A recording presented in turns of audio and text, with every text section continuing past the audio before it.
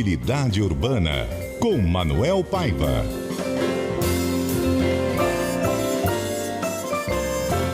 Queria voltar uma hora aqui, o Jackson. Manuel, bom dia. Seja bem-vindo. Bom dia, Patrick. Bom dia, senhores ouvintes. Tudo pela bem? Pela rádio, tudo bem. Pelo Graças YouTube também. Um abraço a todos, Patrick. Manuel, vamos começar falando sobre a tarifa de ônibus, né? Nós tivemos a atualização na semana passada e ainda não pudemos conversar sobre isso, né? Pois é. Então ainda está a discussão. A discussão continua, exatamente. Continua discutindo. Eu acho que isso é bom para tudo, né, Patrick? Porque desde o início de janeiro, no início do segundo mandato do prefeito, ele já colocou isso claramente. A necessidade de se haver uma alteração na tarifa, principalmente a parte que cabe ao usuário, né? Porque a prefeitura, desde maio de 2023, ela efetivamente não estava repassando parte dos aumentos para a população. E o prefeito, já nessa nova administração, ele tomou essa decisão política para isso, né? Ou seja, o subsídio continua, as empresas continuam recebendo, mas a prefeitura agora está dividindo parte desse subsídio com a população. E, efetivamente, esse aumento virá, né? É uma questão de entendimento entre prefeitura, entre o Ministério Público, entre o Poder Judiciário do Estado. O prefeito já externou isso, ele quer aparar todas as dificuldades, todas as dúvidas que possam ter, para que ele possa claramente poder determinar ou suspender aquele decreto que ele colocou em 13 de fevereiro, que iria vigorar em 15 de fevereiro. Ele já baixou esse decreto. A Justiça que suspendeu o efeito desse decreto, né? E para que se chegue a um denominador comum. O que a gente tem de mais atual o Ministério Público do Amazonas vai ingressar com uma manifestação em juízo, né?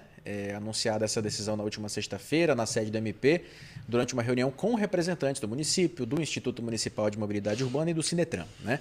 Esse encontro novamente terminou sem acordo, está demorando tudo para se resolver, né? Mas se for resolvido da forma correta, se tiver que demorar para ser resolvido da forma correta, é o jeito, né? Vamos aguardar. Agora, pelo que eu entendi, Manuel, me corrija se eu estiver errado. Esse aumento ele deve acontecer, a gente já está esperando por isso, mas depende de alguns pontos, né? Então, se cobra, por exemplo, a entrega de ônibus que estão faltando, né, em relação ao acordo de renovação de frota. Tem também aquela questão da entrega à população dos ônibus elétricos, cumprimento da obrigação de promover a renovação da frota disponível na proporção mínima de 10% ao ano, conforme a vida útil média do veículo. Então, são alguns pontos que estão cobrando a prefeitura. É isso, Manuel? Isso. E, Patrick, exatamente são 6 pontos que o Ministério Público colocou como premissas básicas para que ele possa efetivamente acordar, né? Mas dentro dessas premissas está aquilo que é fundamental. O Ministério Público nunca abriu mão de que o pessoal cadastrado no CAD, o pessoal de baixa renda, não tenha majoração na tarifa. Ou seja, a tarifa continue 4,50. Não é? Tem uma discussão exatamente nisso. O que essa tarifa para R$5, né? O empresário do comércio, que já se colocou contrário, você veja que você trouxe um representante do comércio aqui, ele é contrário a isso, né? Uma majoração não de 11% na tarifa, de 4,50 para 5, mas de 33%, de 4,50 para 6, né? Para R$6. Ou seja, isso precisa ser ajustado. Essas exigências aqui, a renovação de frota, a questão do ônibus elétrico, a questão da regularidade fiscal das empresas junto à prefeitura, a questão daquele TAC que tem, da segurança, né? Efetivamente são acessórios que não impedem aquilo que nós achamos fundamental, Patrick. É que esse aumento de tarifa, essa majoração de tarifa, seja de que nível for desses estabelecidos, é que nível de melhorias traga para o sistema. Que melhorias? Renovar a frota é uma melhoria? Não, é uma obrigação do sistema. Estar com regularidade fiscal é uma obrigação do sistema. Melhorar as condições de segurança é uma regulamentação do sistema. Agora, aquilo que o usuário sempre reclama aqui, eu estou esperando muito tempo na parada, eu estou demorando muito tempo no meu itinerário, eu efetivamente estou tendo problemas no itinerário do meu ônibus, tem pouco ônibus. Por exemplo, Patrick, hoje, nessa paralisação, nós temos 800 ônibus circulando em Manaus, ou seja, é 70% da frota que circula no dia comum, de 1.150 ônibus. Que já é baixa, né? É muito baixa. Isso é uma frota menor de que circula no domingo. Não é? Essa é uma questão de que a oferta à população, a motivação para a população utilizar o transporte, isso vai melhorar. O ônibus vai andar mais rápido, o ônibus vai ter mais lugares oferecidos, o ônibus vai oferecer mais conforto ao usuário, vai ter mais oferta. O grande questionamento é exatamente esse, não é? O X da questão. Esses casos aqui, esses 6 casos que o Ministério está colocando, acho ponto pacífico, sem problema nenhum. Isso é solucionado, isso é o dia a dia, é o feijão com arroz. Agora, o essencial são essas questões de melhoria. Mais um comentário aqui, 2. Antes da gente fazer a nossa pausa, Manuel, o Aldemir Lima diz o seguinte: bom dia, professor Manuel Paiva. Sou a favor da greve dos rodoviários. Você citou a greve dos rodoviários, né? Que hoje piora ainda mais a situação do transporte coletivo, né? Mas eles estão no direito deles, né, de fazerem sua movimentação. Bom dia, professor Manuel. Sou a favor da greve dos rodoviários de transporte coletivo. E outra coisa, tem a lei que obriga o Estado aqui, no caso que a Prefeitura, junto com as empresas de ônibus, tem cadeira dos cobradores, que uma certa empresa que chegou ônibus novos aí não tinha cadeira dos cobradores. Para concluir, o senhor concorda com a greve e um futuro reajuste para os rodoviários? E outra coisa, essa greve pode ser usada como massa de manobra, como manobra, né, para o prefeito aumentar a passagem de ônibus de R$ 4 para R$ 5, né, o famoso de R$ 4,50 para R$ 5? Eu, como ouvinte e eleitor de Manaus, não concordo com o aumento da passagem de ônibus. Na verdade, deveria reduzir o preço da passagem, como um estado vizinho perto fez, reduziu. Então, resumindo aqui a participação do Aldemir, ele não concorda com o aumento, mas quer saber se essa greve dos rodoviários de hoje pode ser usada como um argumento da Prefeitura. Tá vendo? Estão fazendo a greve aí porque querem reajuste. Como é que eu vou dar reajuste se não aumentar o preço da passagem? A Prefeitura pode se utilizar disso? Eu acredito que não, Patrick. Eu acredito que não, porque o administrador ele não joga nesse sentimento da população. Quem mais sofre com a greve é a população, né? Ninguém que tem nada a ver. Vai cerceando o direito da população. Ao mesmo tempo, o trabalhador tem direito de reivindicar. Acho justa essa luta, sabe, Patrick? Acho justa a luta dos trabalhadores. Por quê?